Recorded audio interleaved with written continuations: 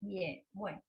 Bueno, entonces, como les comentaba en el mail que les mandé, había percibido un error en el cronograma, no quedaba ninguna clase para publicarse el día 22, que es el próximo lunes, por eso las adelanté, justo quedó mejor porque la última clase se publicaba el mismo día que se publicaba el trabajo práctico número 2. Entonces, bueno, por lo menos así da un poco de tiempo como para que lo vean, o fijar esa última clase que habíamos dicho que por ahí vamos a fijar antes del segundo parcial.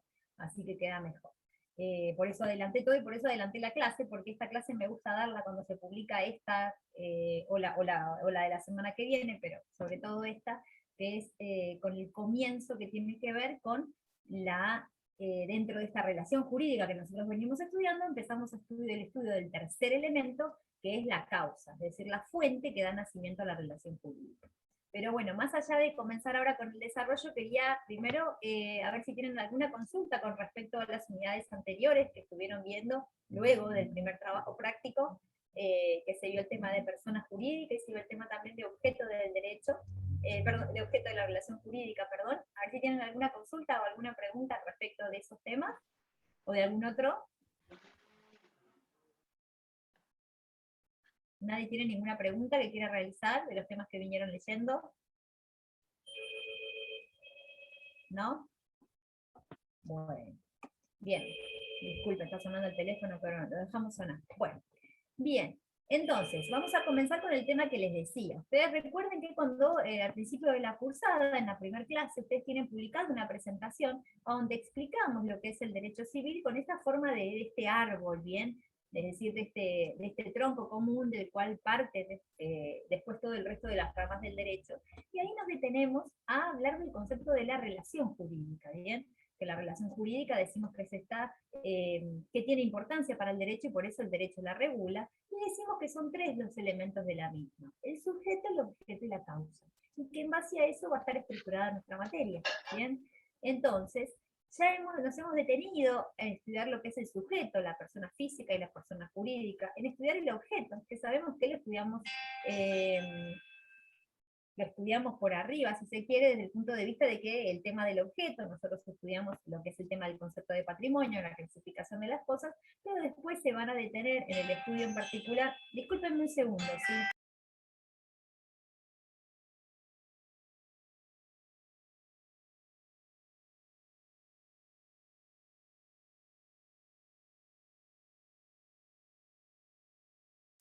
Disculpen, es que de golpe me sonaron todos los teléfonos, digo, algo está pasando. No, pero no. Bien, que me esperen, no pasa nada. Eh, Discúlpenme un segundo. Pasa nada, profe. Ahí está, ya está. Disculpen que eran inconvenientes que tenía que solucionar. Ahí está, bien, bueno, disculpen, ahora sí.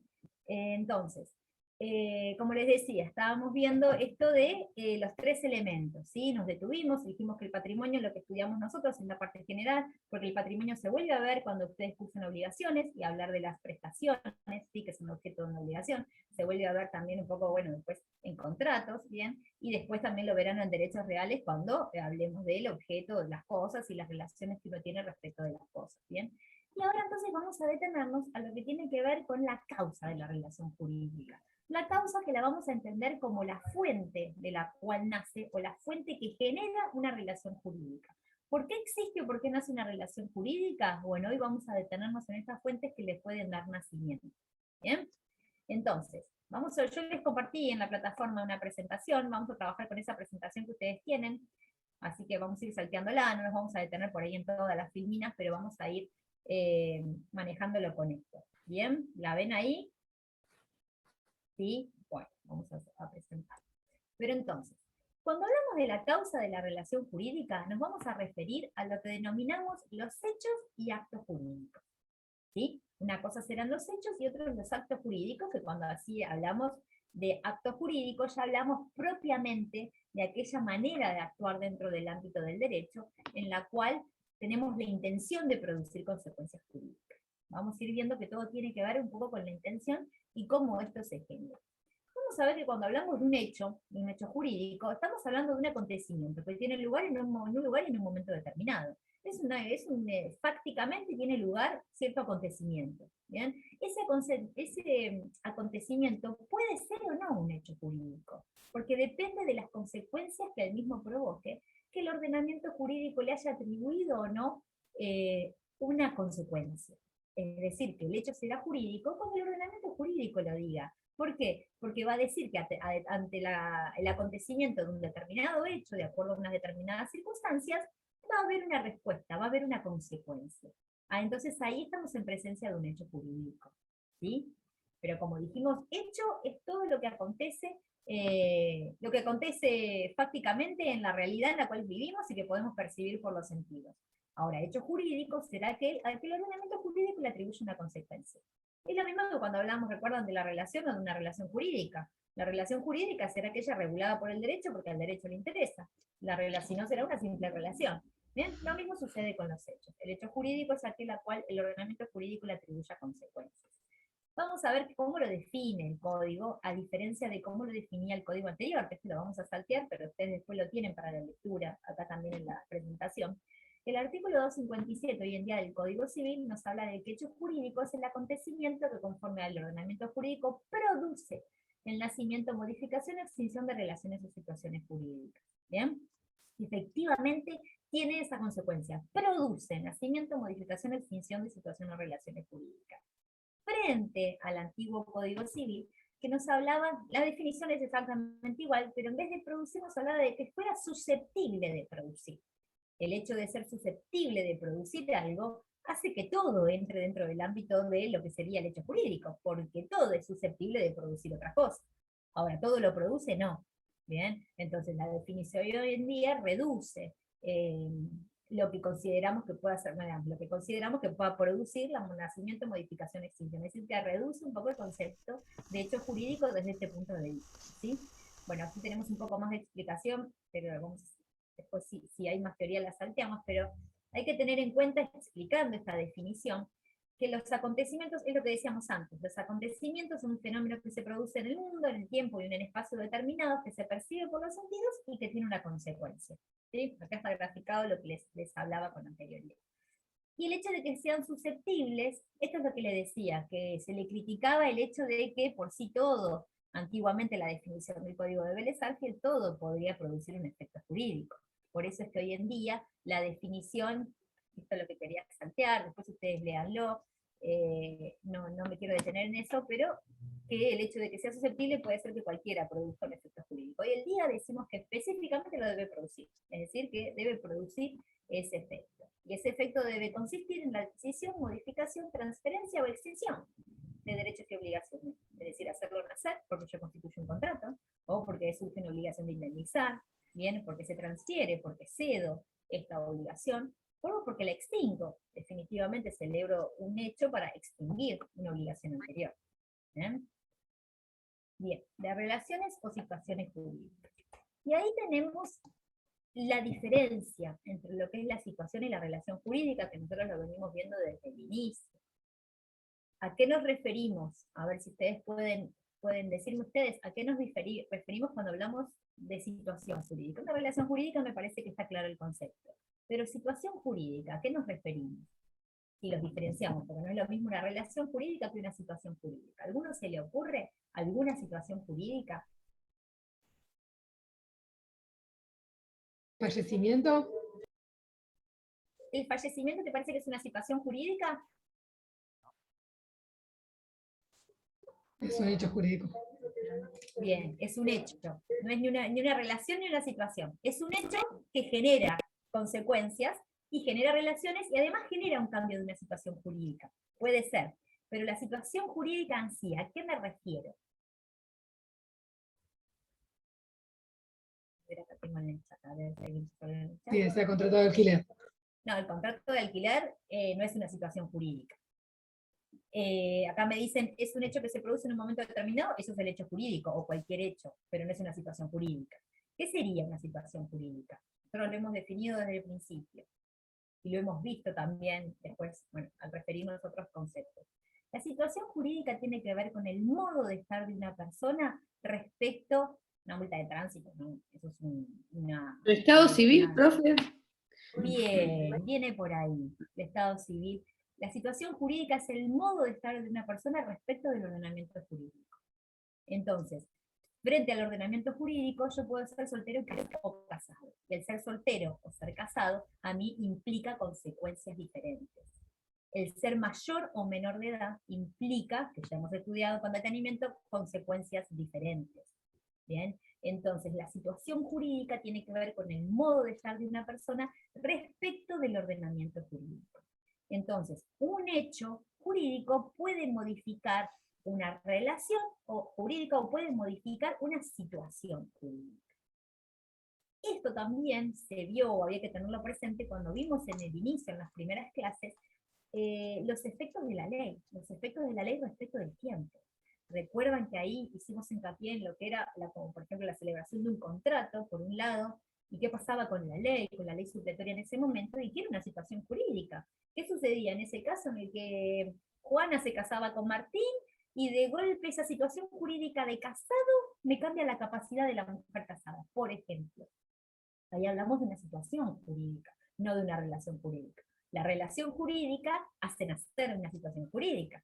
Contraer matrimonio, que es una relación jurídica, hace nacer la situación jurídica de casado o soltero, que es esa característica que tengo frente a la ley. ¿Bien? Un hecho de la naturaleza que tiene que ver con cumplir años implica un cambio de mi situación jurídica. Ser un niño, ser un adolescente o ser un mayor de edad. Va variando. Bien, está comprendido entonces el concepto de situación jurídica. El hecho jurídico, el efecto del hecho, va a recaer sobre la relación o una situación jurídica. ¿Sí?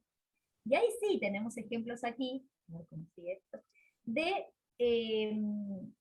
distintas situaciones que, como decíamos, pueden generar consecuencias jurídicas. El nacimiento de una persona, sí produce consecuencias jurídicas. La muerte de una persona o el cumplir años, como decíamos recién, ser mayor o menor de edad cambia mi situación jurídica frente a la ley y frente a mi capacidad. ¿Qué sucede con el nacimiento? ¿Qué efecto jurídico tiene para ustedes el nacimiento? A ver, ¿a quién se le ocurre algo? El nacimiento puede ser visto desde la persona que nace o desde personas ajenas a la persona que nace. ¿Quiénes podrían ser? A ver. ¿Qué se les ocurre? Frente a un nacimiento, ¿qué consecuencias se podrían producir jurídicas? Más habitantes. Más habitantes, bien, sí. Bueno, eso frente al Estado contaría una persona más. No sería, bueno, dentro del ámbito del derecho civil, pero sí, se engrosa la tasa de natalidad, podríamos decir. ¿Qué más? Dentro del ámbito del derecho civil y cuestiones que nosotros ya hemos estudiado. ¿Qué sucede con el nacimiento de una persona? Herencia o tutoría. Herencia o tutoría. ¿Qué significa eso? A ver si me especificas un poco más. No, tutoría me refiero a que si nace un bebé, los padres serían tutores de ese bebé. Padres más que tutores son representantes legales. Tutor es aquel que no es padre y se designa. Ay, perdón. No, Sí, me equivoqué de palabra. No, está bien, parezco que estoy corrigiendo, pero en realidad es porque nosotros ya tenemos que incorporar conceptos, ¿sí? Hay conceptos que tenemos que llevar ya incorporados y no podemos decir una cosa por otra. Entonces, ¿qué hacen hacer? Ahí decían en el chat el Estado civil. Hacen hacer el Estado civil de hijo y el Estado civil de padre. Y como tal genera obligaciones recíprocas, ¿bien? El nacimiento de una persona. Entonces sí, genera y tiene que ver con la representación, tiene que ver con la autoridad parental, bien, obligaciones para los progenitores, muy bien, después con el tiempo obligaciones para con el hijo, no en ese momento, pero más adelante, ¿sí? Genera muchísimas consecuencias, genera este derecho de la persona que nació a tener su identidad, a poder llevar su nombre, bueno, un montón de cuestiones, ¿bien? Y lo mismo sucede con la muerte. Con la muerte, ¿qué sucede también? Ahí habían tirado herencia. Bueno, la muerte, nosotros sabemos que frente al fallecimiento de una persona, continúan sus herederos la persona del causante. Entonces ahí se transmite el patrimonio. Eso se estudió la clase pasada, recuerden. El patrimonio, como prenda común de los acreedores, como concepto jurídico, como universalidad, solo se transmite completo por causa de muerte. Si no, yo puedo desprenderme o transmitir un bien determinado, vendo mi casa, vendo mi computadora, vendo mi auto. pero no puedo desprenderme de la totalidad de mi patrimonio. Eso sucede solo por causa de muerte. O sea que miren qué consecuencia importante. Fallece una persona, se transmite el patrimonio completo a sus herederos, ya sea legales o testamentarios. ¿Bien? Entonces, otra causa, otro efecto jurídico que produce, por ejemplo, la muerte. Vemos que todos entonces los hechos que ocurren en la naturaleza van produciendo consecuencias. Ahí dice Romina que no me puede escuchar, ¿los demás me escuchan bien? Sí, yo sí. Bueno, entonces, Romina, debe ser un problema tuyo. Bueno, tampoco me debe estar escuchando. Pero bueno, estamos bien, debe ser un problema de eso. Bueno, bien. Entonces, vamos a ver que para que acontezca el hecho jurídico, la ley establece un supuesto. Un supuesto que de darse en la realidad con esas características, produce el efecto jurídico. Es decir, una suposición que se acontece, se producen las consecuencias jurídicas.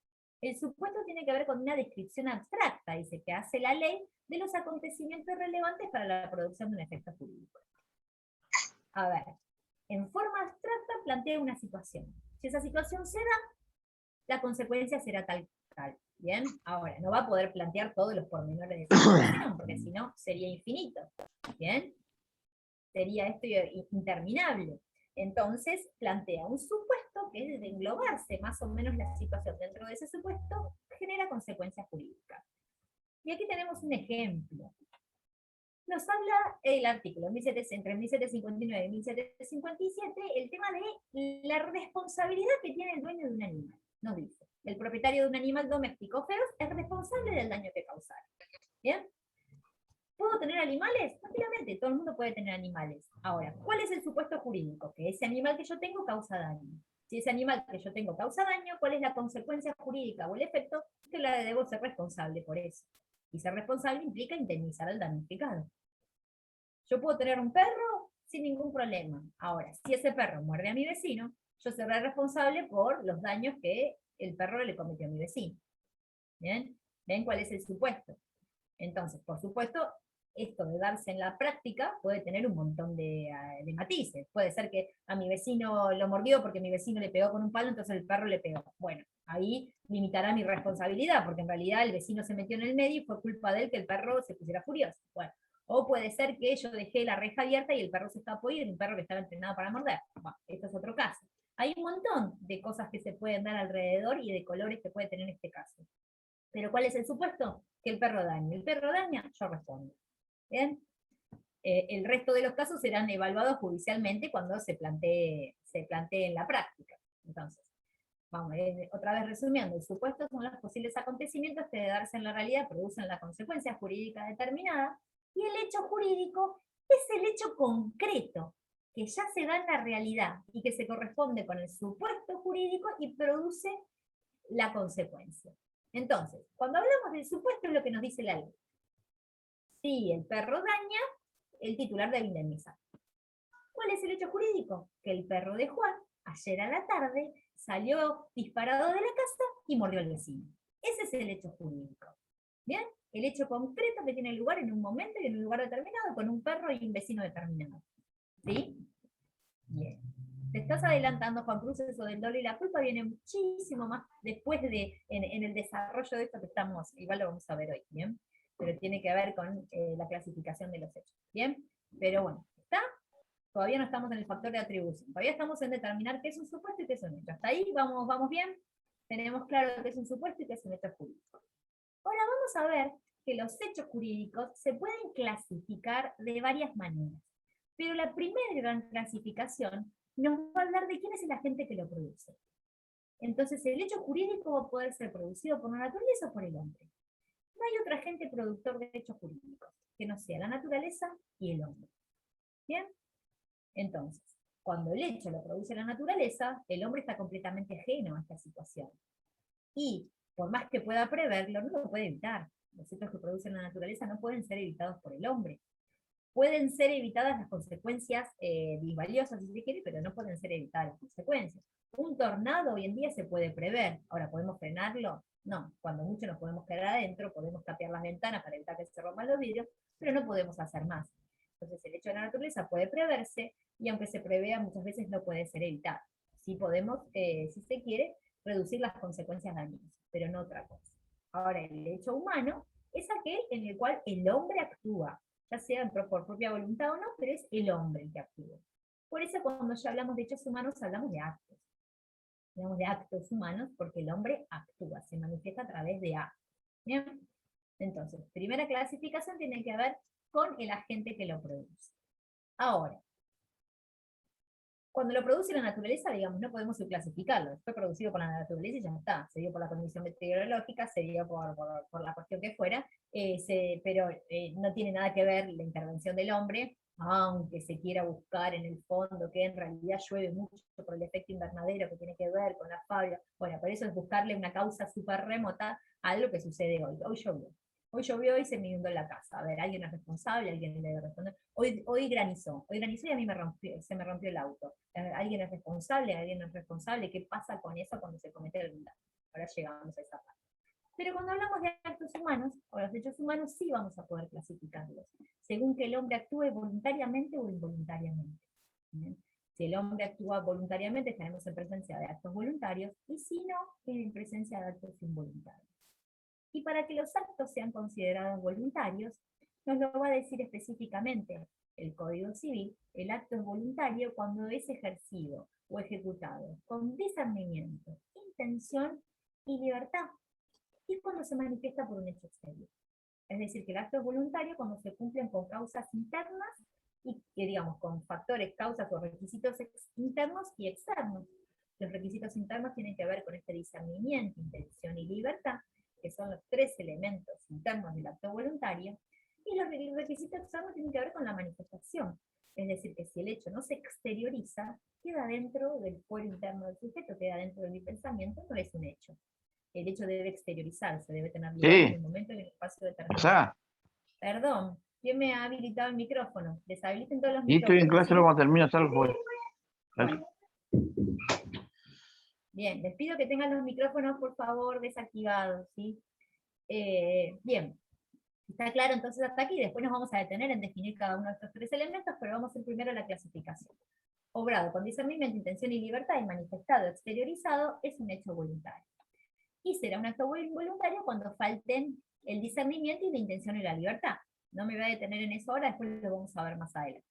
Bien, ahora, estos actos voluntarios a su vez van a poder ser lícitos o ilícitos. Esta es como la clasificación anterior del Código Civil. Hoy vamos a ver que hoy no se habla de ilícito, sino de antijurídico, ahora reparamos en ello. Pero será el acto humano voluntario, será lícito o ilícito, según que esté permitido por el ordenamiento jurídico o que esté, o sea, contrario al ordenamiento jurídico. ¿Bien?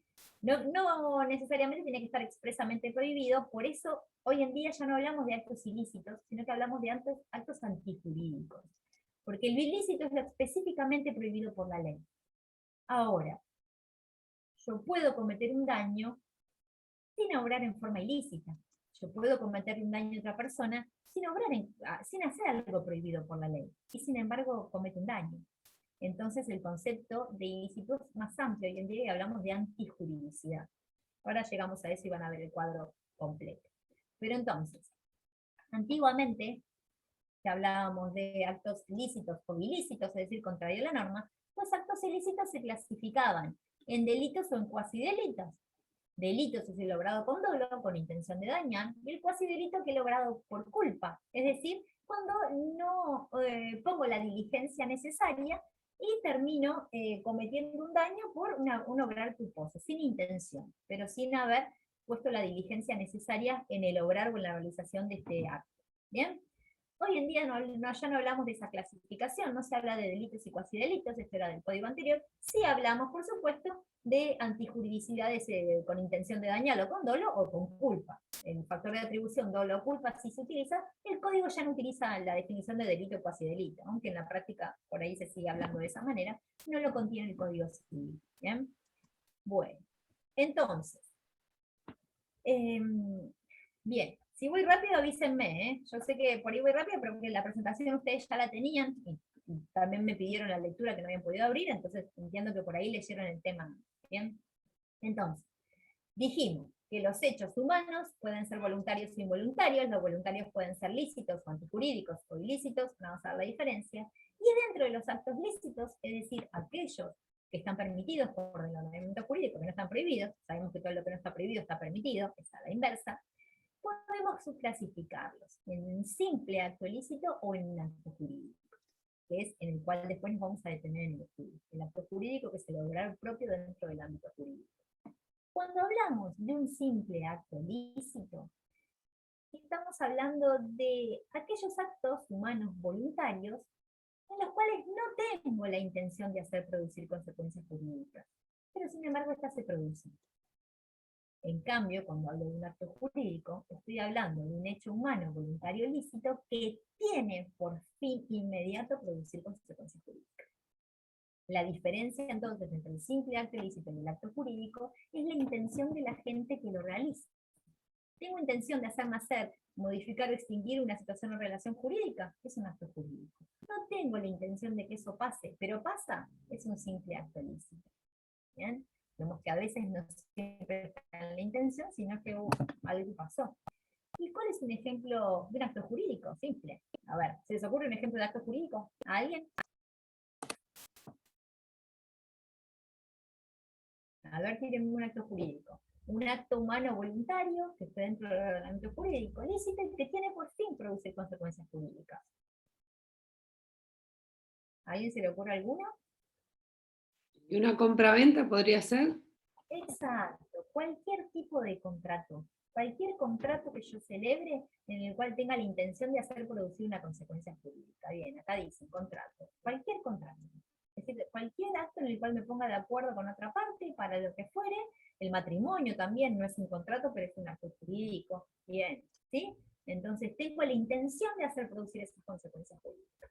Ahora, cuando no tengo la intención y sin embargo producen, estamos en presencia del simple acto ilícito, tiene que ver con la realización de actos en los cuales mi intención es otra. Por ejemplo, el caso típico que siempre damos por ejemplo es de aquella persona que sale a pescar. Salir a pescar en realidad es un acto en el cual yo salgo para distenderme, porque es algo que me gusta, algo que disfruto, voy con amigos y qué sé yo. Bueno, y si pesco o no pesco, bueno, está bien, siempre la intención siempre quiero pescar, obviamente, traerme algo de vuelta, pero si no pesco también, el hecho de la pesca conlleva mucho más que el simple hecho de traer pescado, porque mira, convengamos que tampoco se va a pescar para comer, no vivimos en una época que debamos cazar nuestro alimento, pero bueno, es una consecuencia. Ahora, el hecho de aprender este pescado, el hecho de que sabemos que los peces que están en el mar son cosas que no tienen dueño y pueden ser aprendidos por aquel que los tome, implica que se genera sobre este pez que yo saco del agua, sobre este pescado, un derecho de propiedad sobre aquel pescador que lo saca. Entonces nace una consecuencia jurídica que yo en realidad no fui con esa intención, o a veces sí fue con la intención de poder pescar, ¿bien? Pero no era el fin principal hacer una relación jurídica o una situación jurídica, simplemente ir a pescar, ¿bien? Entonces, si un pescador va, pesca y tiene el balde lleno de pescados acá en la escollera, yo no puedo ir y sacarle un pescado del balde porque ya son propiedad de quien lo pescó. Estaría robando realmente. Entonces vemos que el hecho de realizar un acto sin la intención de producir consecuencias jurídicas, igualmente las produce, que es el hecho de poder aprender y hacerme titular de dominio de lo que pude aprender, de lo que la ley me permite aprender como tal. ¿Bien? Aprender en el sentido de agarrar, ¿bien? En ese sentido. ¿Está clara esa diferencia entre el simple acto ilícito y el acto jurídico? Vemos bien que este acto. Bien. Bueno, el código nos lo va a definir. El simple acto ilícito es la acción voluntaria no prohibida por la ley de la que resulta alguna adquisición, modificación, extinción de situaciones o relaciones jurídicas, es lo que decíamos recién. No se persigue bien una finalidad jurídica. Aquí tenemos otro ejemplo, el descubrimiento de un tesoro, por ejemplo, o la apropiación de una cosa mueble abandonada. En ese caso igual la cosa abandonada, después verán ustedes más adelante en la carrera, que no es lo mismo una cosa abandonada que una cosa perdida. Cuando la cosa tiene mucho valor económico, se presume que es una cosa perdida. Ahora, si yo a la puerta de mi casa salgo una heladera medio oxidada, eso se presume que está abandonado, para que se lo lleve el cartonero o quien quiera, ¿bien? Entonces ahí sí, salgo, lo encuentro en la calle, me lo llevo, me lo apropio, adquiero la posesión de eso, nace una relación entre quien lo aprende y la cosa, sin intención, ¿bien? Por ejemplo, el descubrimiento de un tesoro también, ¿sí? Que de hecho está la regulación en el Código Civil de los Tesoros. El Código de Sargent tenía muchísimos artículos al respecto de eso, bueno, por ahí en aquella época era más común, hoy en día igual podemos llegar a encontrar algo enterrado en nuestro patio. ¿Bien? Bueno, entonces, tenemos los simples actos. Y por su parte los actos jurídicos los define el artículo 259 como que el acto jurídico es el acto voluntario lícito que tiene por fin inmediato la adquisición, modificación o extinción de relaciones jurídicas. Y aquí la característica es el fin inmediato. La intención de la parte es celebrarlo y es producir consecuencias jurídicas, que lo diferencia de los simples actos. ¿Bien? Bueno. Este era el cuadro anterior, como decíamos, cuando hablamos de ilícitos y clasificábamos si delitos y cuasi delitos. ¿Cuál sería el cuadro hoy en día? Decimos que toda esta clasificación de los hechos voluntarios son antijurídicos y no ilícitos. Y como yo les decía, la antijuridicidad es más amplia que la ilicitud. Algo ilícito es algo específicamente prohibido por la ley. ¿Bien? En cambio, antijurídico es algo que está en contra de cualquier norma del ordenamiento jurídico, pero que no está expresamente prohibido. ¿Sí? Entonces, un obrar antijurídico es aquella persona que actúe abusando de su derecho. Y ahí vemos otro tema que también ya hemos tocado y hemos estudiado, la teoría del abuso del derecho. Es un obrar antijurídico. ¿Es ilícito? No, porque yo estoy ejerciendo un derecho reconocido por la ley, pero lo hago en forma antijurídica, porque lo hago contrariando los fines que tuvo la ley al reconocerlo. Entonces, al utilizar esta categoría de antijurídico, ya no tengo que buscar si fue con dolo o con culpa. No, estoy en contra de una normativa del ordenamiento jurídico. Y si produce un daño, tengo la obligación de indemnizar. Pero no necesariamente es algo que está prohibido. Bien, vamos bien hasta aquí con la clasificación. Entonces, este cuadro también está replicado directamente en la plataforma porque lo importante cuando hablamos de la causa de la relación jurídica es tenerlo siempre presente, porque nos va a ayudar a definir todos los conceptos. Porque si yo hablo de definir un acto jurídico, no es ni más ni menos que un hecho humano voluntario lícito que tiene por fin producir consecuencias jurídicas. ¿Bien? O el simple acto lícito, no es más que un hecho humano voluntario lícito que no tiene por fin producir consecuencias jurídicas, pero igualmente las produce. Es un hecho antijurídico, un acto humano voluntario antijurídico es ese que está en contra de alguna normativa del ordenamiento jurídico y genera la obligación de indemnizar. ¿Ven? Entonces este cuadro, si ustedes lo tienen en la cabeza, les va a facilitar mucho el tema de la definición de los conceptos. Por supuesto que debo saber qué es voluntario, qué es lícito. Dentro de voluntario también tenemos toda la teoría del acto voluntario que es bastante extensa y en la cual nos vamos a detener hoy. Pero entonces vemos cómo clasificamos a los hechos jurídicos. De hecho, la clase que se publica esta semana tiene que ver con los hechos, sobre todo voluntarios, y ya a partir de la semana que viene comienza el estudio de los actos jurídicos en particular, hablando de su clasificación, todo lo que tiene que ver después con la formalidad, los instrumentos públicos, instrumentos privados, y después y sigue con el tema de los actos jurídicos. ¿Bien? Entonces, vamos a detenernos en lo que son los actos o los hechos humanos voluntarios, que dijimos que son aquellos obrados con discernimiento, intención y libertad. 3 elementos que no pueden faltar y a su vez exteriorizar. ¿Bien? Entonces, elementos internos, como dijimos, y elementos externos que se manifiestan por un hecho externo. ¿Cuál es el primer elemento del acto voluntario? El discernimiento.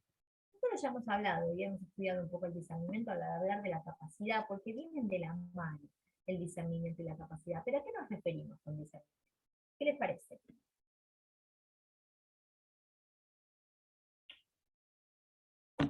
¿Qué significa poder discernir? ¿Qué es discernir algo? Si es bueno o malo, Sí, bueno, el malo, acto. es una, sí. Entender las consecuencias de un acto, muy bien dicen por acá, si es bueno o malo. Primero el hombre aprende a conocer qué es lo bueno y qué es lo malo, y luego más adelante aprende a comprender las consecuencias o a discernir si es conveniente o inconveniente el acto que estoy realizando. ¿Bien? Pero el discernimiento tiene que ver con esto, la calidad o la cualidad del sujeto por la cual conoce y distingue lo bueno de lo malo, lo justo de lo injusto, lo conveniente de lo inconveniente. ¿Bien? Entonces, lo bueno de la mano se conoce antes. Un niño, desde muy temprana edad, sabe lo que está bien y lo que está mal. Sabe que robar está mal, y sabe que matar a otra persona está mal, sabe que pegarle a un animal está mal. Ahora, si le conviene o no le conviene realizar determinada declaración, decir tal cosa, ir a tal o cual lugar, lo va a aprender de mucho más grande. ¿Bien? Vemos que son conceptos distintos, pero que son parte del discernimiento, de lo que se corresponde con el discernimiento. La madurez intelectual, bueno, para razonar, comprender y valorar el acto y sus consecuencias. Otra definición del discernimiento. El discernimiento, bueno, en principio no admite un vicio, o sea, el discernimiento no puede estar viciado, sino que el discernimiento se tiene o no se tiene. ¿Y qué es lo que determina si el discernimiento se tiene o no se tiene? La edad y la salud mental. Y por eso es que nuestra ley presume que una persona es capaz o incapaz en base al discernimiento. La ley presume que son los menores de edad carecen de discernimiento para realizar determinados actos, presume que a partir de los 13 se goza de discernimiento para otro tipo de actos, ¿bien? Y por supuesto, aquellos que tengan la capacidad restringida de la sentencia judicial, también se presume que no gozan de discernimiento. ¿Bien? El discernimiento para los actos lícitos a los 13 y para los actos ilícitos o antijurídicos a los 10. ¿Por qué? Porque como les dije, primero se llega a conocer qué es lo bueno y qué es lo malo, es decir, qué es lo que está dentro o fuera de la ley, y después se conoce o se adquiere la capacidad para reconocer qué es lo conveniente del inconveniente. Por eso los actos lícitos que tienen que ver con eso, el discernimiento se considera que se adquiere a mayor edad. ¿Bien? Bueno. ¿Cuáles son las causas objetivas del discernimiento? Es decir, ¿cuándo un acto sería involuntario por falta de discernimiento? Por aquel que al momento de realizarlo está privado de la razón, o porque el acto ilícito de una persona menor de edad que no ha cumplido 10 años, o un acto ilícito de la persona menor de edad que no ha cumplido 13 años. Bien, entonces, en principio, no goza de discernimiento aquel que está privado de razón o aquel que no tiene la edad suficiente. ¿Sí? Como les dije, el discernimiento viene de la mano de la capacidad. La capacidad se basa en el discernimiento. ¿Bien? Bien hasta aquí, el primer elemento del acto voluntario. El discernimiento es el primero, porque si no tengo discernimiento no puedo tener los otros dos. ¿Bien? Entonces, si yo el discernimiento, si gozo de discernimiento, porque no estoy dentro de ninguna causa objetiva, es decir, que soy mayor de edad y estoy bien de salud mental, puedo pasar al segundo elemento, que es la intención. ¿Y la intención en qué consiste? En el propósito de llevar a cabo el acto. ¿Bien? Se dice que es el discernimiento aplicado al caso concreto. Que hay una adecuación entre lo entendido y lo discernido como bueno y conveniente y lo efectivamente llevado a cabo. ¿Bien? La intención, cuando digo tengo intención de hacerlo, bueno, pero ¿cuál es esa intención? Que lo que yo pensé y discerní como bueno y conveniente, efectivamente es lo que realizo. Porque puede suceder que en el camino de celebrar este acto voluntario, discierna algo como bueno y tenga la intención, o mejor dicho, tenga el haber discernido poder realizarlo, quiera llevarlo a cabo, y sin embargo cuando realice el acto llevo a cabo algo distinto de lo que había discernido, de lo que había decidido. Y ahí es cuando el acto es intencionado. Ahí viene comprendemos esto, entonces el acto de intencionado es cuando puedo llevar a la práctica lo que había decidido. El acto carecerá de intención cuando lo que quise no fue lo que efectivamente hice. ¿Está claro esto? Bien, entonces vamos a ver que en estos casos la intención está viciada. ¿Sí? ¿Y cuáles son los vicios de la intención? El error y el dolo. ¿Qué significa el error? Es que tenía un conocimiento falso, un error o falso conocimiento de lo que iba a realizar. ¿Sí? Un error o falso conocimiento que versa sobre el hecho, sobre la existencia o interpretación de una norma jurídica. Por eso hablamos de que el error puede ser de hecho o de derecho, espontáneo o provocado, o esencial o accidental. El error tiene que ver con que yo quería hacer algo e hice algo distinto. Yo pretendía realizar una compraventa y terminé celebrando un contrato de locación, o a la inversa. yo quería comprar el departamento del primero A y terminé comprando el departamento del primero B. ¿Dónde está el error? En que no es el acto que yo había discernido como bueno y que quería llevar a cabo. Habrá que ver a qué se debe ese error, ¿sí? Si es un error de hecho, porque me confundí en alguna circunstancia, o en alguna circunstancia fáctica, que tiene que ver con haber ido a ver el departamento y yo me confundí, yo pensé que el primero B era el que daba a la calle, y al final era el primero A y que daba a la calle, y yo compré el primero B y quería el que daba a la calle, o si es un error de derecho. El error de derecho significa que tengo un desconocimiento de la norma jurídica. En ese caso, el error de derecho no es excusable, como si lo es el error de hecho. O hay que diferenciar si el error lo cometí yo mismo porque no fui diligente, o porque siendo diligente aún caí en el error, o si el error es provocado por otro. Otro me induce a mí a caer en el error. Y es lo que denominamos esto cualquier ardida, astucia o maquinación que otra persona realiza para que yo me equivoque. Ese es el dolo como vicio del acto voluntario, ¿sí? Y el error puede ser esencial o accidental, es decir, sobre un requisito esencial del acto jurídico, es decir, que pretendo celebrar una compraventa y celebro una donación, eso, el acto va a ser ineficaz y nulo, o accidental, hay un error en cómo determinar el precio, por ejemplo, o con la forma de pago, que si bien es importante, puede ser que se corrija, ¿sí? O hay algún tipo de error de cálculo, eso tampoco daría lugar a anular el acto jurídico, pero sí, sí puede ser que se pueda acomodar. Bien, porque no es un error esencial, que tiene que ver con la naturaleza propia del acto que pretendo realizar. Pero entonces, el error tiene que ver con el falso conocimiento sobre el hecho o sobre la existencia de algún hecho, contenido o interpretación de la norma, ¿sí? Y el otro vicio de la intención es el dolo, cuando este error es provocado por otra persona, que me hace caer en el error. ¿Bien? Bueno, y a su vez el error puede ser excusable e inexcusable, lo que hablábamos del error en el derecho. ¿Sí? ¿Vamos bien hasta aquí?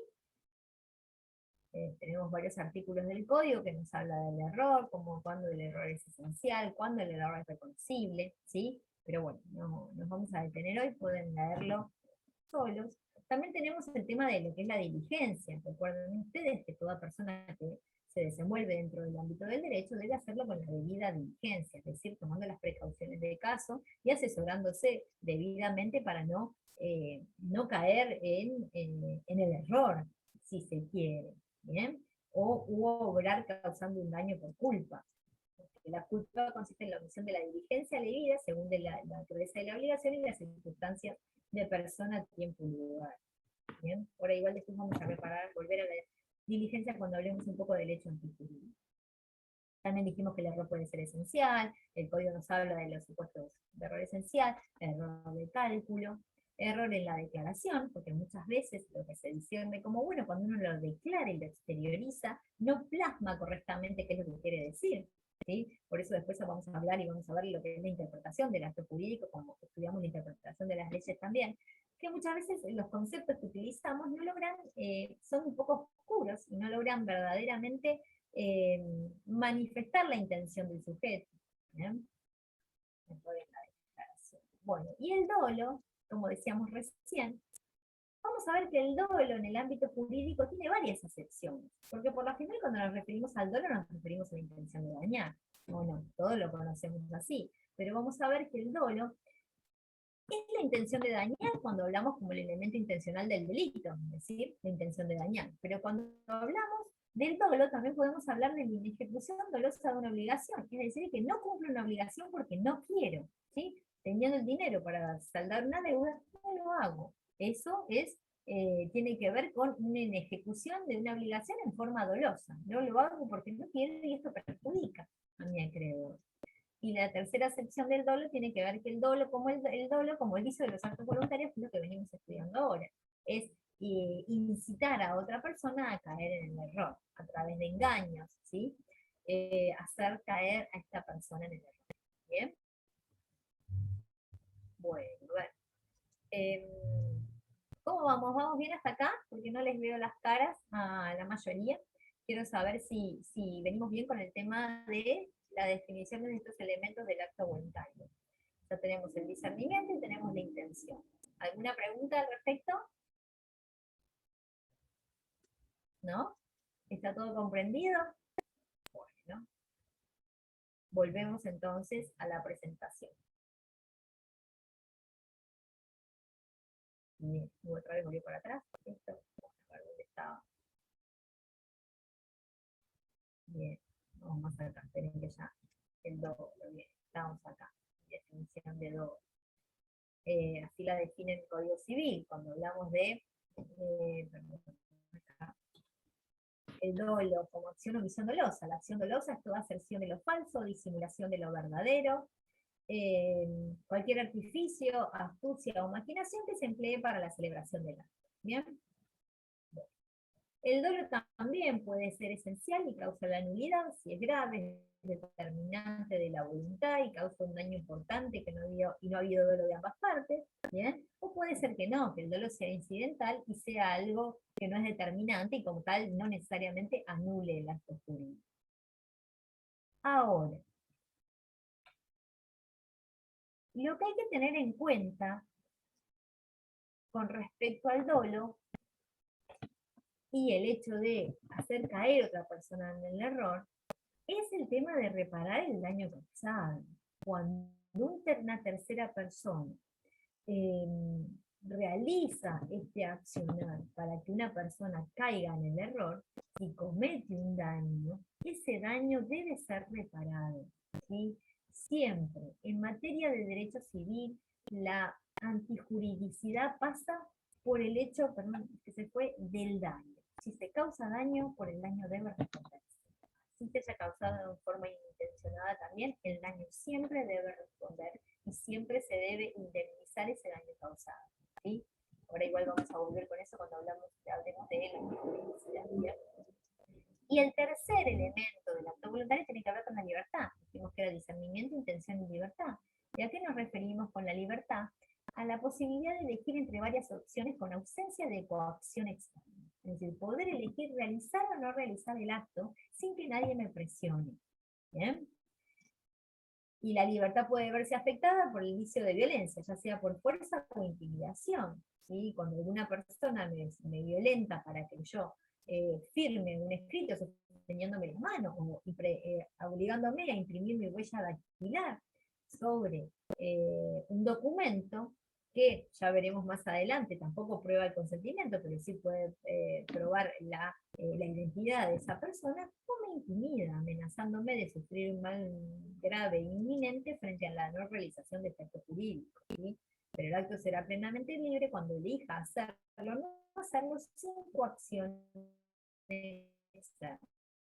Cuando nadie me intimide ni violentamente me obligue a realizar o a no realizar. Las libertades están fundadas en derecho, no, digamos, no por eso anulan el acto o se considera el acto involuntario, ¿sí?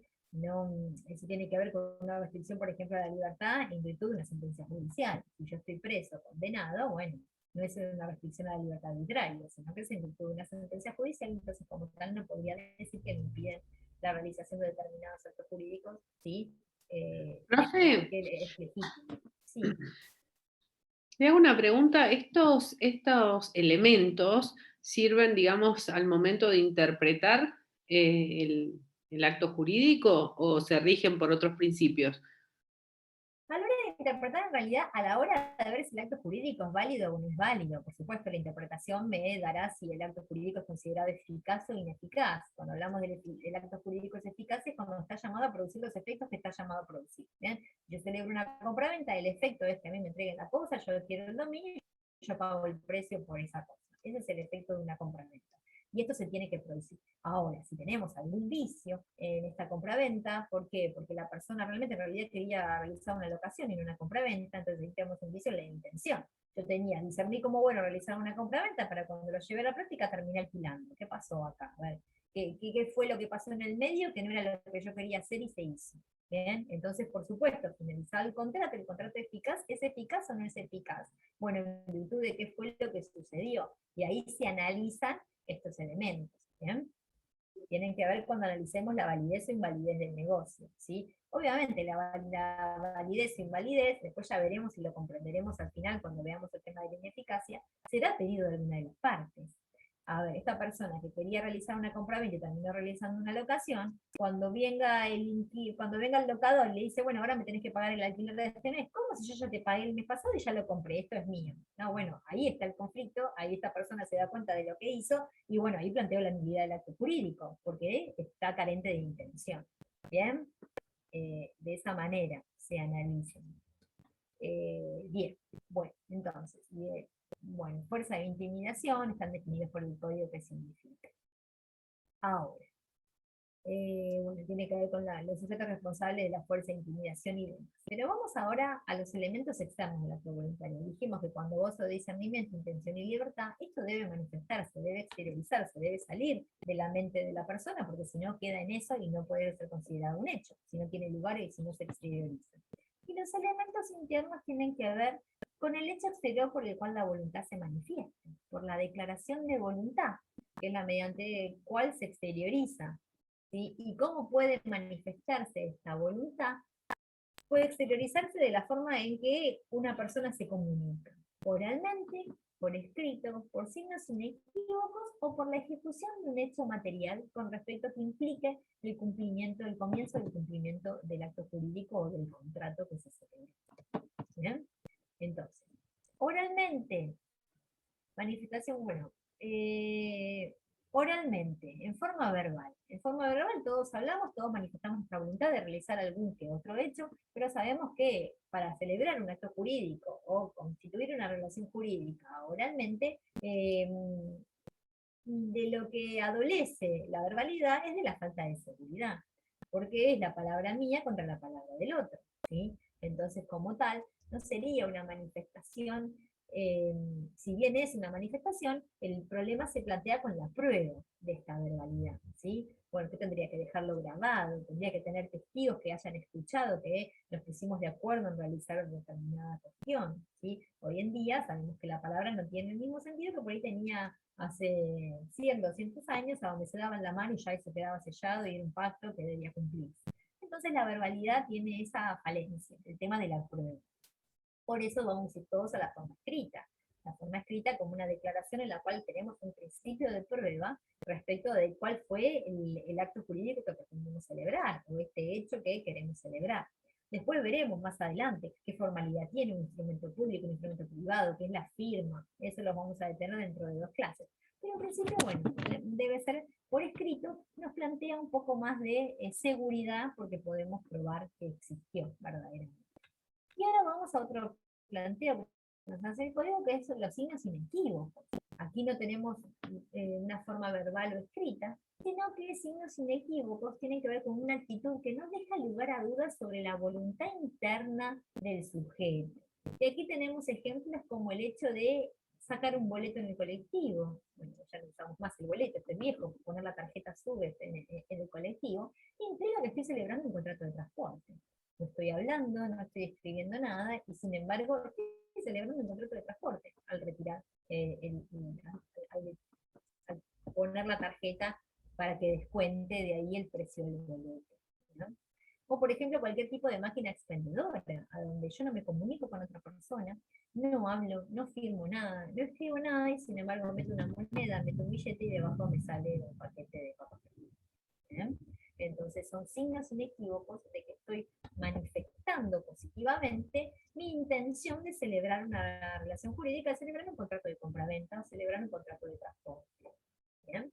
O también lo que tiene que ver con el idioma gestual universal, desde el punto de vista que si a mí por WhatsApp me plantean alguna cuestión, yo pongo el dedito para arriba, universalmente es considerado un signo de aceptación, porque estoy de acuerdo. Entonces, como tal, no puedo decir después que no, en realidad estaba en desacuerdo. Bueno, entonces no hubieras puesto el dedito para arriba, ¿bien? Porque tiene que ver con un idioma gestual universal que presume que esto es, estoy manifestando un consentimiento, estoy de acuerdo, ¿bien?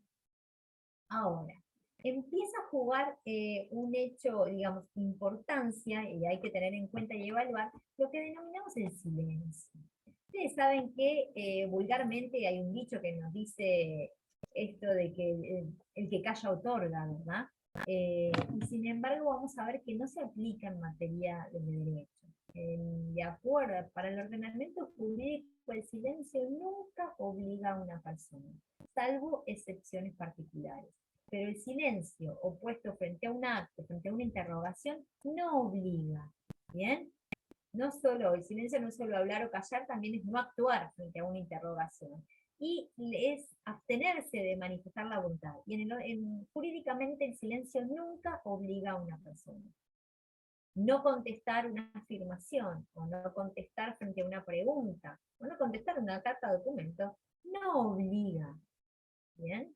No obliga a una persona que me quieran imputar determinados actos, ¿bien? Bueno, una carta de documento desde el punto de vista civil, desde el punto de vista laboral, el telegrama es otra cosa, pero no obliga, ¿bien? Entonces, en principio no obliga, salvo por supuesto excepciones. Como toda regla hay excepciones. ¿Qué nos va a decir el artículo 263? El silencio como manifestación de voluntad. El silencio opuesto a actos o a una interrogación no es considerado como una manifestación de voluntad conforme al acto de la interrogación, excepto, y aquí viene la excepción, en los casos en que haya el deber de expedirse, y este deber de expedirse puede resultar de la ley, de la voluntad de las partes, de los usos y prácticas del comercio determinado, o de una relación actual, de una relación, perdón, entre el silencio actual y declaraciones presentes. ¿Cuáles serían ejemplos de eso entonces? En principio entonces, nunca es considerado el silencio una manifestación de voluntad frente a algún acto o alguna interrogación, salvo que tenga la obligación de expedirme, es decir, salvo que la ley o el mismo contrato que yo celebré me obliguen a expedirme. Por ejemplo, ¿cuál sería una excepción? En el caso de que a mí me notifiquen una demanda. Si a mí me notifican una demanda judicial, yo tengo la obligación de expedirme, si pretendo que me escuchen. ¿Bien? Tengo la obligación legal de expedirme. ¿Cómo? Contestando la demanda, presentando un proceso judicial y contestando la demanda. Si yo no lo hago, se considera como cierto todo lo que dice el actor. Entonces pierdo la oportunidad de oponerme a todo. Entonces ahí vemos que es una obligación, en ese caso tengo el deber legal de expedirme si quiero decir lo contrario, si no se tendrá por cierto lo que dijo el actor, ¿bien? O por la voluntad de las partes, porque si yo celebré ya un contrato con otra persona, y en el contrato queda expresamente establecido que hasta que yo no me oponga, se considera que acepto el precio de la mercadería que me traen todas las semanas al negocio, bueno, si yo me quedo callada, se presume que estoy de acuerdo. Entonces, ahí se estableció en el contrato que si yo estoy en desacuerdo, debo expresarme. Ahí entonces tengo la obligación de expedirme si estoy en desacuerdo con el precio de la mercadería que me traen. ¿Bien? O puede resultar de los usos y prácticas del comercio o de la contratación determinada, o del silencio actual y declaraciones precedentes. Porque si yo venía hablando con una persona respecto de cuál era el precio de lo que me tenía que entregar, por ejemplo, y vengo todo bien, bárbaro, bueno, no hay problema, sí, bueno, ¿cómo te lo voy a pagar? Y qué sé yo. Y después de golpe no pago, el silencio actual está en contra de las declaraciones precedentes o, el silencio actual está entonces en contra de las declaraciones precedentes y de golpe me quedo callada, o a la inversa, de golpe estaba en silencio y de golpe digo, pero pará, ¿por qué no me trajiste más la mercadería? Pero ¿cómo? Si antiguamente vos me la pedías toda la semana, entonces frente al pedido yo te la llevaba. Y ahora, ¿cómo sé yo que vos querés la mercadería si no me lo dijiste? A ver, tiene que ver con eso, con lo que pasaba antes y el silencio posterior. ¿Bien? Entonces, es otra manera en la cual yo me debo expedir, porque si empiezo a comportarme de una forma distinta como lo venía haciendo, no puedo pretender que la otra parte comprenda mi cambio de conducta. Y no me expido si no hablo al respecto. Entonces vemos que la regla general del silencio es que el silencio no puede ser considerado como una manifestación de voluntad, salvo en los casos en que tenga la obligación legal de expedirme. La obligación de expedirme, perdón, legal por resultar por la voluntad de las partes. ¿Bien?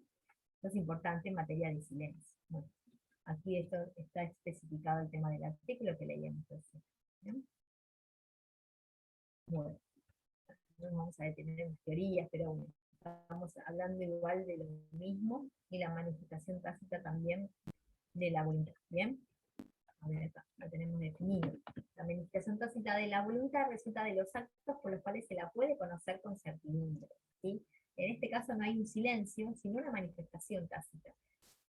Si bien no hablo, no me expido, la realización de ciertas manifestaciones implica que estoy aceptando o no, o me estoy negando a la celebración de este acto jurídico. ¿Bien?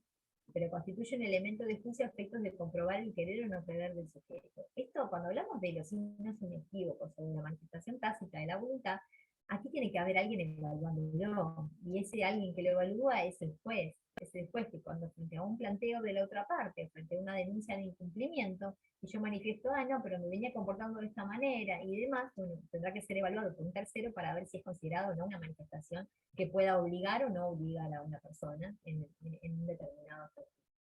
¿Bien? Vamos bien hasta ahí con respecto a las manifestaciones de voluntad del acto voluntario. Bien, pues lo van a leer con detenimiento, pero no tiene mayores complicaciones. Ahora vamos a ir a ver un poco el tema de los actos antijurídicos. Volvemos al cuadro y estuvimos viendo los hechos humanos voluntarios y vamos a ir a los antijurídicos, ¿bien? Porque los lícitos son los que vamos a ver un poco. Entonces, ¿cuándo estamos en presencia de un hecho antijurídico? Dijimos que el nuevo Código Civil no define al acto ilícito, sino que nos habla del hecho antijurídico como cualquier acción o omisión que dañe, que cause un daño a otro, es antijurídica y no esté justificada. Entonces, el hecho antijurídico es cualquier acción o omisión que cause un daño a otro y no esté justificada. ¿Bien? Porque a veces puede estar justificado el causar un daño a otro. A veces, la mayoría de las veces no. ¿Bien? Entonces, esta contradicción no es solo con la ley, sino con cualquier precepto del ordenamiento jurídico, como yo les decía, no es una ley en particular que me prohíbe hacer algo, sino que tiene que ver con estar en contra de cualquier precepto del ordenamiento jurídico, ¿sí? Tomado el ordenamiento jurídico como una globalidad, ¿bien? El principio general del derecho, decreto, resolución de la Constitución, los tratados, el Código Civil en sí, ¿bien? ¿Y cuál es los requisitos de los hechos antijurídicos? Debe existir sí o sí la existencia del daño. Lo vemos en tercer lugar. ¿Cuándo estamos en presencia de un hecho jurídico? ¿Cuándo daño a otro? ¿Bien? Debe haber una acción y una omisión que esté en contradicción con lo dispuesto con alguna norma del ordenamiento jurídico y que exista un daño al tercero. Si no existe un daño, no existe hecho antijurídico, aunque esté en contradicción de también el ordenamiento jurídico. En materia civil debe existir un daño cierto y probable. A diferencia de lo que sucede, por ejemplo, en materia penal. En materia penal se pena la tentativa de homicidio, por ejemplo. Te quise matar y no te pude matar. Está penado igual por el código, aunque no me haya cometido ninguna lesión. Ahora, en materia civil, si el daño no existe obligación de resarcir. ¿Bien? El daño debe siempre existir. Y el daño puede ser directo o indirecto, actual, futuro o eventual, patrimonial, extrapatrimonial o moral. ¿Bien? Directo porque me lo producen directamente, o indirecto porque produciendo otro daño en definitiva me terminan vulnerando algún derecho a mí. Actual porque pasa hoy, porque se va a dar mañana, o eventualmente puede suceder algo. Y patrimonial será cuando hay algún bien que esté dentro de mi patrimonio, extrapatrimonial, porque me daña algún derecho extrapatrimonial de lo que ya hemos estudiado en la clasificación del derecho subjetivo, o el daño moral, que tiene que ver cuando, obviamente cuando me dañan lo que tiene que ver con mi fuero interno, lo que yo creo, también viene de la mano del daño psicológico. Y por supuesto que este daño sea injustificado. No puede haber una causa que justifique ese daño. Muchas veces ese daño se produce en pos de un bien mayor. ¿Bien? Pero si no existe una causa de justificación, este daño debe siempre ser reparado. Bien. Entonces, no se distingue si se trata de actos de omisiones, ya sea voluntarias o involuntarias. Bien. Distingue según que haya actuado voluntariamente o no. ¿Por qué es importante ver si el hecho antijurídico, es decir, si el daño se produce en forma voluntaria o involuntaria? Por el grado de la responsabilidad. Siempre se va a responder por un hecho antijurídico, pero dependerá el grado de la responsabilidad, es decir, el grado de la indemnización que yo le voy a pagar a la otra parte, si fue adrede o si fue sin querer, si fue con culpa o si fue con dolo. Si fue realizando un hecho voluntario, el hecho fue involuntario, porque era una persona que no gozaba de discernimiento. ¿Bien? Entonces de eso dependerá graduar la responsabilidad, pero por un hecho antijurídico siempre se debe responder. ¿Bien? Esa premisa siempre. ¿Cuáles son los presupuestos de la responsabilidad? ¿Cuándo se responde por un hecho antijurídico? En primer lugar, cuando encontramos un autor de acción humana calificada de autoría, que sea antijurídico, pero antijuridicidad se la da la existencia del daño. Existe un factor de atribución, ya sea por dolo o por culpa, y una relación de causalidad. Es decir, que debo responder porque pasó algo en virtud de la autoría de este hecho que yo realicé. Debe haber una relación de causalidad, causa-efecto, respecto del hecho que yo produzco y respecto de la consecuencia que en definitiva acontece. ¿Bien? ¿Vamos bien hasta aquí? Por eso decimos que existe conducta antijurídica cuando el sujeto viole la norma prohibida de no dañar, específica o genérica, causando un daño a otro sin justificación. Hay daño cuando se lesiona un derecho o un interés no reprobado por ordenamiento jurídico que tenga por objeto la persona, el patrimonio o un derecho de incidencia política. Vemos entonces que el concepto de acción antijurídica es amplio y el de daño también, cuando se lesiona un derecho o un interés no reprobado por el ordenamiento jurídico. Ahora, ¿cuándo se lesiona o no se lesiona? Eso lo plantea la víctima. ¿Sí? La víctima, la que se considera víctima de un daño, manifestará si considera que se le lesionó un derecho o un interés jurídico o no. Esto lo vimos un poco cuando hablamos también, sobre todo, del derecho subjetivo. Cuando hablamos de daños patrimoniales, es fácil de determinar. A mí me chocan el auto, el arreglo del auto sale tanto, bueno, esto es un daño patrimonial que habrá que determinar. Ahora, ¿qué sucede cuando hablamos de un daño moral, de un daño psicológico, de un daño a un derecho personalísimo que no tiene un valor económico? ¿Quién siente que le están dañando o que le están vulnerando su derecho a la intimidad? Si publican algo en las redes sociales o alguna foto mía o no, yo me puedo considerar como que se violó mi derecho a la identidad y la persona que está al lado, no, está bien, que publiquen la foto que quieran. Yo me puedo sentir perjudicado y otro no. Entonces, el concepto de daño, cuando hablamos de un daño no material, sino que tiene que ver con la personalidad espiritual, o que tiene que ver con el daño moral, el daño psicológico, depende de la víctima. Es decir, de la víctima si considera que existió o no existe daño, como tal, por lo tal reclamar o no hacerlo. ¿Bien? El daño material, por supuesto, existe y es fácil de grabar, simplemente depende de la víctima reclamarlo o no reclamarlo. ¿Cuántas veces uno no reclama? ¿Cuántas veces no? ¿Para qué viene el juicio? No, ¿para qué voy a reclamar? Bueno, hay un montón de gente que lo ve así, hay otra que no. Entonces, siempre el daño va a depender de la víctima, ¿bien? De quién lo requiere. Pero entonces, dijimos que el factor de atribución tiene que ver de qué manera me daña esa persona. Si yo me considero dañada, ese daño, ¿cómo fue cometido? ¿Con intención o sin intención? Es decir, ¿por culpa o con dolo? Si es con culpa, la culpa consiste en la omisión de la diligencia debida según la naturaleza de la obligación de las circunstancias de persona, tiempo y lugar. ¿Comprende? La imprudencia, la negligencia y la impericia en el arte de la profesión. En esos casos, esta persona obra por culpa. Dentro de esto de obrar por culpa, interviene todo lo que tiene que ver, por ejemplo, por las demandas de mala praxis, frente a cualquier tipo de profesional, porque obró con negligencia, o aquella persona que maneja con imprudencia y va muy rápido por la calle, depende, si va a demasiada velocidad o está corriendo picada, ya muchas veces lo toman como condón, es decir, que tiene la intención de producir un daño, porque si vos sabés si vas a la 1 del mediodía por el medio de una avenida concurrida a 200 km/h, es prácticamente saber que vas a producir un daño, que vas a colisionar con alguien, que vas a poder llevarte por delante de alguna persona, ¿bien? Pero en principio ese tipo de accidentes se consideran con culpa. El dolo se configura con la producción del daño de manera intencional. Intencionalmente quiero producir ese daño, ¿bien? Entonces ahí las consecuencias y la responsabilidad serán distintas, si fue obrado con dolo o con culpa, que es lo que denominamos el factor de atribución y la relación de causalidad que existe, causa-efecto, que debe existir en una conducta antijurídica para producir el resultado dañoso. Se produjo un daño. Ahora, ¿esta acción que yo realicé es causa de ese daño?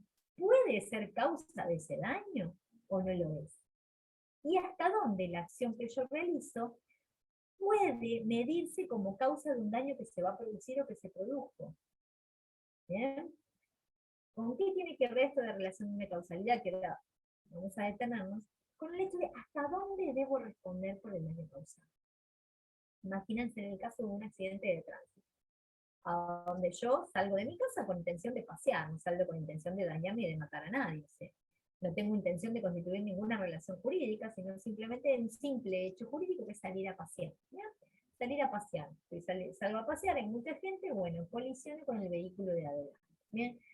Lo único que he hecho que de golpe la persona que iba en el vehículo de adelante dio así un coletazo con el cuello, bueno, se la tuvo que llevar la ambulancia a esta persona porque realmente le había afectado y demás. En principio, bueno, yo voy a tener que responder obviamente por eso, por el daño material al auto y por el perjuicio que le produjo que le produjo a esta persona en relación a, por ahí si tuvo alguna lesión en las cervicales, por ejemplo. ¿Bien? Hasta ahí todo bien. Ahora, ¿qué pasa si esta persona cuando va a la ambulancia que la ambulancia va muy rápido, choca con otro vehículo y termina fracturándose la columna vertebral? O termina fracturándose las piernas y queda en silla de ruedas. ¿Yo debo responder por eso? ¿Debo responder porque la persona terminó en silla de ruedas con un choque tonto, que en realidad lo único que hizo fue doblarse un poco las cervicales del cuello y dañarle el auto, y terminó en silla de ruedas? Ni choque puede haber producido que esa persona termine en silla de ruedas. Entonces, ¿debo responder por eso o debo responder solo por el problema en las cervicales? Y aún más, encima llega al hospital y cuando llega al hospital, bueno, se contagia de COVID y se muere adentro del hospital. ¿Yo debo responder por el fallecimiento de esa persona o respondo solamente otra vez por el daño material al auto y por el problema en las cervicales? ¿Hasta dónde debo responder? Y eso es lo que se estudia cuando hablamos de esta relación de causalidad. Causa-efecto. La causa del hecho que yo produje. ¿Cuál es el efecto normal, según el curso normal de las cosas que produce? No produce la muerte de una persona, un choque que iba despacito paseando por la costa. No. Entonces, bueno, no debo responder por el fallecimiento. Más allá de que, por culpa mía, la persona estaba en la ambulancia y llegó al hospital, y bueno, cuando llegó al hospital se contagió de COVID y se murió. Pero no puede prever todo lo que pueda llegar a pasar. ¿Bien?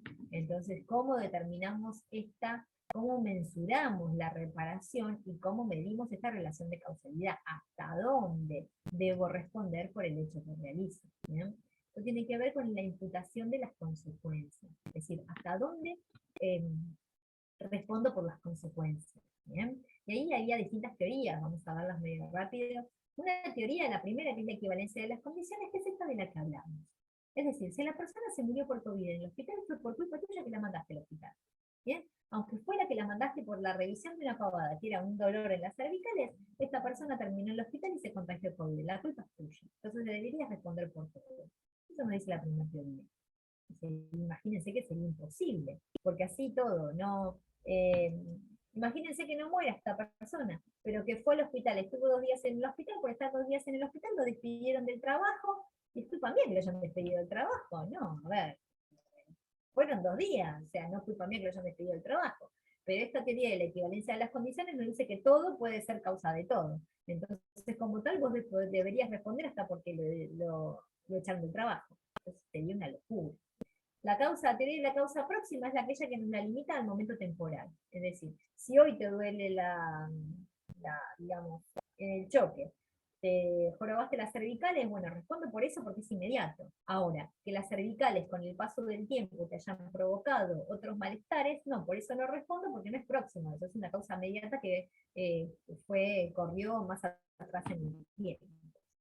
Por eso tenemos la última teoría, que es la teoría de la causa adecuada, y que nos dice efectivamente si el hecho generador pudo producir esa consecuencia, hoy, mañana o dentro de un tiempo, pero si ese hecho generador puede adecuadamente producir esa consecuencia. Entonces, el hecho de haber realizado o tenido este choque y haberle jorobado las cervicales, puede suceder que este problema en las cervicales le haya producido en definitiva un problema en la vista. ¿Es una causa adecuada eso? ¿Puede ser que el problema en las cervicales produzca un problema en la vista, aunque no sea hoy, sino que sea dentro de unos años? Y podría llegar a ser. entonces es una causa adecuada de la producción del daño, entonces como causa adecuada podría llegar a ser indemnizada por la persona imputable de este acto antijurídico. ¿Bien? Es de hecho, bueno, vamos a ver, después aquí tienen todas las teorías para leerlo, especificadas, resumidas, pero la teoría de la causa adecuada es la que nos habla de este juicio de probabilidad, es la que se aplica, ¿sí? Este juicio de probabilidad, en el cual no son equivalentes todas las condiciones para un solo resultado, sino que la causa es únicamente la condición que normalmente, y según el curso ordinario y natural de las cosas, es idónea para producir el resultado. Un choque de atrás, a donde solo te rompí el paragolpe, no puede producir la muerte de la persona. ¿Bien? Entonces yo no voy a tener que responder por la muerte de la persona porque se contagió por COVID. ¿Bien? Entonces, eso es la causa adecuada. El hecho producido es una causa adecuada para producir esa consecuencia, por eso se responde. Por otras consecuencias, no. Porque hay muchos factores en el medio que pueden haber influido. ¿Bien? Entonces, y esto tiene que ver un poco con la interrupción del nexo causal, es decir, que es un caso fortuito que la persona se contagie de COVID en el hospital, ¿sí? No tiene que ver con mi culpa, ¿bien? Entonces, tiene que ver con que la causa adecuada a veces se ve interrumpida por otras cuestiones, o por la culpa de la víctima, por ejemplo, porque la víctima es sin cinturón de seguridad. Si vos vas sin cinturón de seguridad, sabes que el choque de atrás puede ser más perjudicial que si llevas puesto el cinturón. Entonces ya es culpa de la víctima. El no llevar cinturón de seguridad cuando es una obligación hacerlo. Entonces, bueno, son distintas cuestiones que pueden ir modificando la responsabilidad. ¿Bien? Bueno, interrupción de nexo causa tiene que ver, como decíamos, por el hecho del damnificado, por el hecho de un tercero, o por un caso fortuito. ¿Sí? Pero entonces, las consecuencias, y aquí ya vamos finalizando, por las cuales debo responder en la realización de un acto antijurídico, nos lo va a clasificar en el código como las consecuencias que pueden ser inmediatas, mediatas y casuales. Las consecuencias que acostumbran a suceder según el curso natural y ordinario de las cosas son las consecuencias inmediatas, ¿sí? Aquellas por las que siempre debo responder. Las que resultan solamente de la conexión de un hecho con un acontecimiento distinto son consecuencias mediatas. Y las consecuencias mediatas que no pueden preverse se denominan consecuencias casuales. Y después la ley nos va a establecer por cuáles debo responder y cuáles no. Bueno, este es el resumen de lo mismo. Entonces, bueno, son reparables las consecuencias dañosas que tienen nexo adecuado de causalidad con el hecho productor del daño, excepto la disposición legal en contrario, se indemnizan las consecuencias inmediatas y las mediatas, siempre y cuando se hayan podido prever, previsibles. No las consecuencias mediatas o remotas o casuales, es decir, aquellas que nunca se hubiesen podido prever respecto del hecho dañoso. Porque en algún momento hay que limitar la responsabilidad. Si no, una persona por un hecho antijurídico, sobre todo el ejemplo principal es un accidente de tránsito, tendría que terminar respondiendo por cuestiones que es imposible que este hecho de tránsito causara. ¿Bien?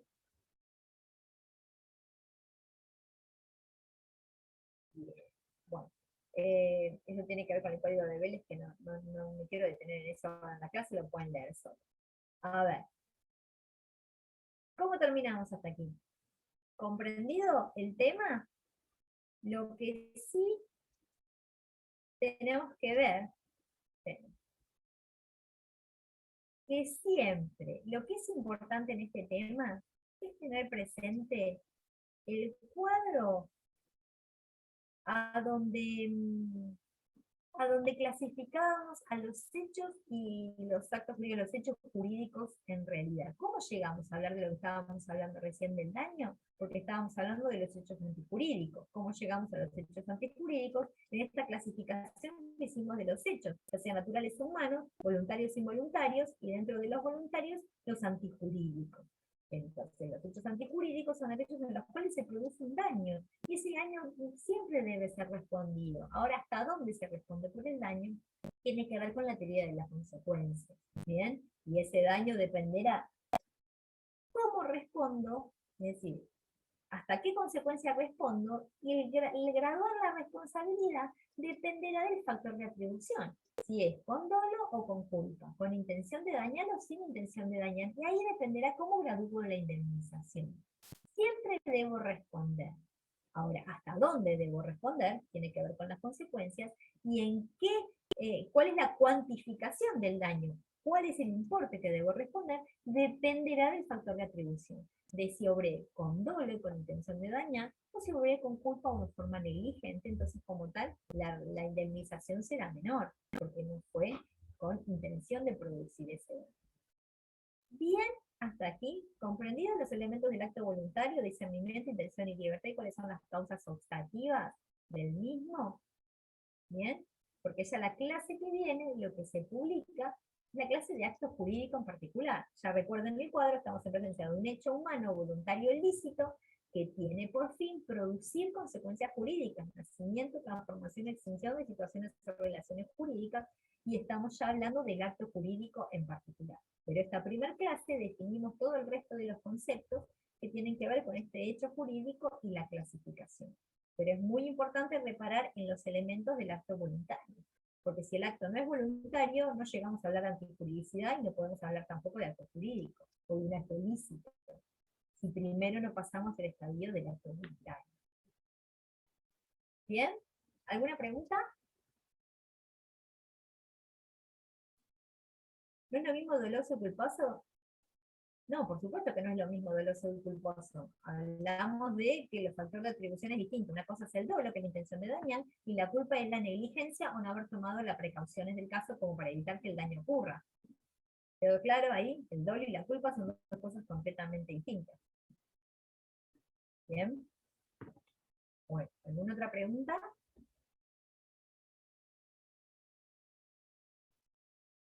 ¿No? ¿No tenemos más preguntas? Bueno, la clase quedó grabada, ahora cuando me manden el link lo vuelvo a subir, y por supuesto cualquier otra pregunta que tengan al respecto de esto, o cualquiera de otro de los temas que van leyendo, lo pueden preguntar y lo resolvemos en el foro, ¿sí? Bueno, creo que tienen habilitada igualmente una tarea estos días, son 4 preguntitas para responder respecto a los hechos, y bueno, de unas cuestiones que a propósito no dije porque son las respuestas de esas preguntas. Hay una que levantó la mano, Lucas. Habilita el micrófono para hacer la pregunta.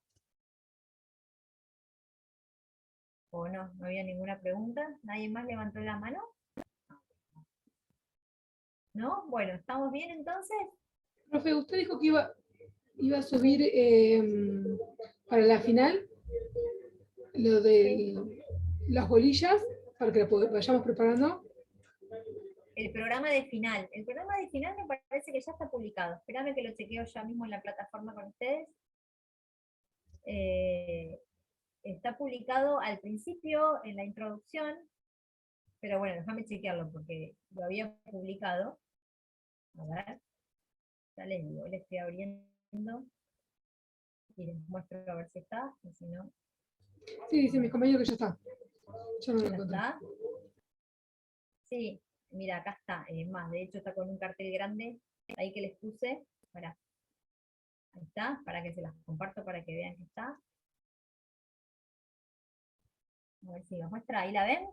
Esta es la misma presentación de la materia que tienen ustedes, y acá está, atención, programa de final, ahí lo tienen, para verlo, para prepararlo, ¿bien? Es el mismo programa, pero como les dije, mezclado todos los temas, pero es el mismo programa exactamente igual, ¿sí?